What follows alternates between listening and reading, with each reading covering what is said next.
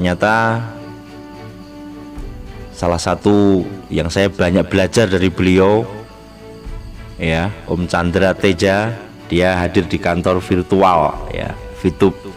Jadi memang apa ya, beliau sangat luar biasa. Terima kasih. Dan kami pun juga dalam hari-hari ini, saat-saat ini saya paham para leader sedang merapatkan. Ini nanti kemungkinan di Bandung dalam dekat ini ada perkumpulan leader, di Surabaya kemarin sudah. Intinya bagaimana e-commerce segera terwujud. Bukan hal yang mudah menurutnya saya, tetapi ini lagi diperjuangkan oleh CEO-nya VTube. Maka hal-hal semacam ini penting tidak penting, karena kalau kita berbicara kantor virtual, kita juga ada Facebook, ada YouTube dan seterusnya. Ketika kita sharing sama leader yang diamond, yang platinum, ternyata mereka bukan sembarangan orang. Mereka bisa mencapai pangkat itu, ya, berprestasi sampai diamond, platinum. Mereka memikirkan ini bukan sekedar jalan aja, enggak, tapi ilmu mereka kuasai. Dalam artian ketika kita berbicara kantor virtual, kita ada Facebook. Di mana kantornya Facebook? Facebook lahir tahun berapa? Ada kantornya di Indonesia tahun berapa? YouTube juga sama. Lahir kapan? Kantornya di Indonesia kapan? Lah ini VTube. Adanya kantor virtual itu yang sesederhana saya lihat tadi. Saya tadi ngelihat videonya sebentar setelah dikirim link ini tadi, ya. Itu kantor virtual memang bagaimana izin bisa turun, harus ada kantor, ada alamat office. Itu yang di review oleh Om Chandra. Oke.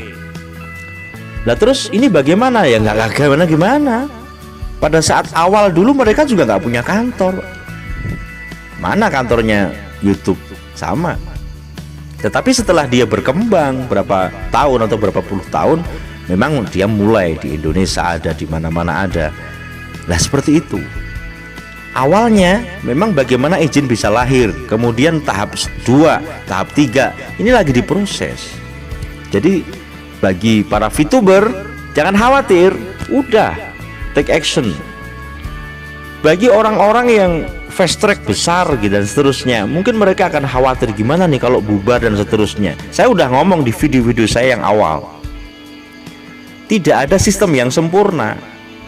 Apapun, selagi kita di dunia, tidak ada sistem yang sempurna. Yang sempurna hanyalah Allah Subhanahu wa Ta'ala. Jadi apa? Allah mengirimkan VTube ke dunia ini, khususnya di Indonesia. Ini adalah sebagai alternatif bagaimana kita tetap makan, bagaimana kita tetap beraktivitas. Memang secara logika kita agak pusing. Ini kok bisa ya? Kok bisa ketika di pandemi ini malah tambah kaya, tambah begini, bagi orang yang bisa mengambil sebuah peluang. Saya tertarik dengan satu perumpamaan, ya. Ketika kamu itu memberikan seekor monyet satu uang, yang kedua adalah pisang, dia pasti memilih yang pisang. Karena apa? Dia nggak tahu kalau dengan uang ini mereka bisa membeli pisang, gitu loh. Sama, orang yang bisa mengambil peluang dengan cepat, dia pasti akan ngambil uangnya. Dia akan diputar sehingga bisa menjadi tengkulak pisang, gitu loh. Tapi kalau yang mereka tidak memakai atau tidak bisa mengambil peluang dengan cepat, ya mereka ambil pisangnya doang. Seperti halnya manusia juga sama. Ibaratnya peluang usaha ini adalah suatu konsep rezeki atau tempat yang bagus untuk kita berusaha. Tapi kalau uang ya kita langsung terima, kita belanjakan habis, gitu loh. Kebanyakan orang masih nerima yang uangnya, dia nggak ngambil peluang ini, gitu loh. Maka saya yakin sekarang 11 juta, mungkin sebentar lagi akan 12, 13. Walaupun memang belum masuk kepada big data, tetapi Ini progresnya luar biasa, walaupun masih unyu-unyu. Saya katakan bayi 8 bulan bisa apa? Punya rumah, ya kan? Paling orang tuanya yang punya rumah, dia belum bisa bangun sendiri. Ini berproses, saudaraku. Keep calm, tenang. Jadi saya ada kesempatan nih membuat video semacam ini. Intinya apa? Bagi para VTuber, tenang. Tetapi secara fitrah, tidak akan semua VTuber berhasil. Saya yakin tidak. Banyak orang yang sudah hapus akun sebagai pilihan mereka. Banyak orang yang sudah tidak aktif, orang yang malas dan seterusnya. Banyak sekali, dan tidak ada masalah. Tidak ada masalah sama sekali. Orang kalau sudah menjiwai atau melihat VTube ini sebagai hal yang benar, dalam tanda kutip dia memahami ilmunya. Saya melihat orang-orang yang membahas VTube dan dia menjelek-jelekan VTube, dia tidak paham dengan VTube. Keterangannya belepotan. Saya melihat, loh ini kok salah gitu loh. Makanya belajarlah VTube ini dari orang yang paham dengan VTube, sehingga kamu tidak tersesat atau bahkan menyesatkan. Jadi belajar kepada orang yang tepat ini sangat berpengaruh. Saya bicara di sini bukan membela VTube, tidak. Saya membela semuanya. Membela Anda. Kalau Anda ber-VTube, ini konsepnya gratis. Ketika dikatakan Ponzi, loh Ponzi gimana? Ini gratis gitu loh. Kamu menjalankan ini single parent sampai kamu sukses bisa, ada hitung-hitungannya, semua jelas. Tapi kalau kamu bersama-sama dengan fitrah, ya, sebenarnya nanti akan saya bahas tentang konsepsi. Dulu ketika 2004-2005 saya belajar tentang the cash flow quadrant, Robert T. Kiyosaki. Bagi pemain-pemain jaringan pasti akan paham buku ini di luar kepala ya, tapi dalam satu video berikutnya insya Allah.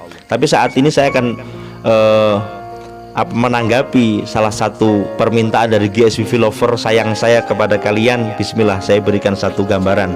Keep calm, bermainlah VTube dengan sewajarnya.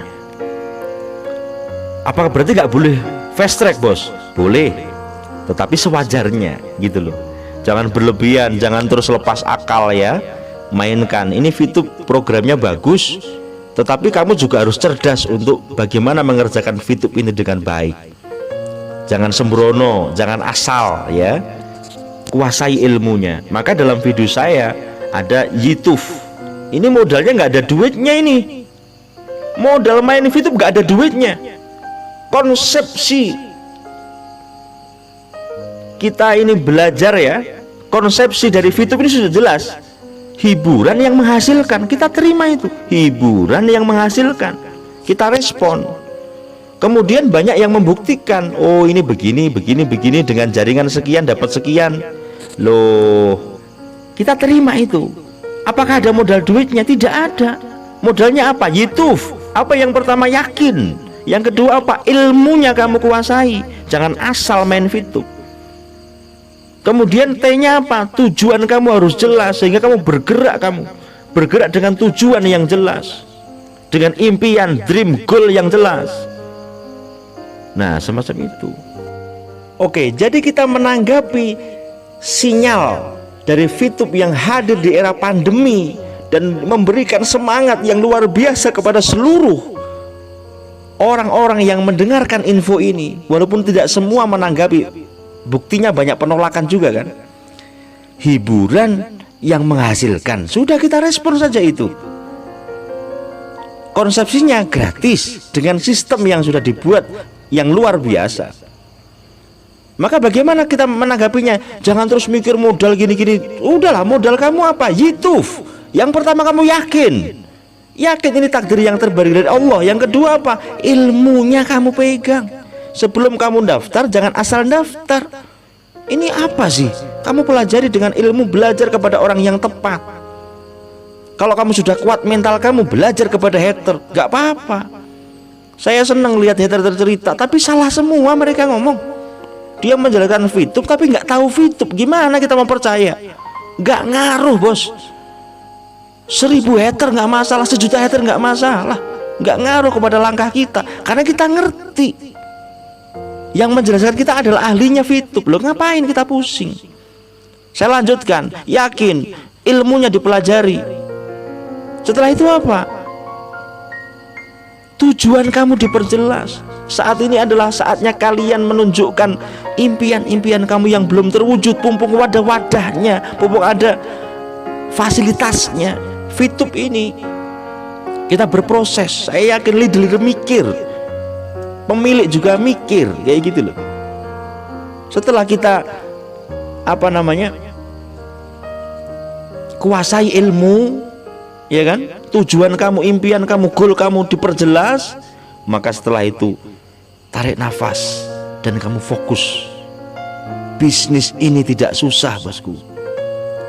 Bisnis ini mudah, asal dalam pikiran kamu mudah, pikiran kamu positif.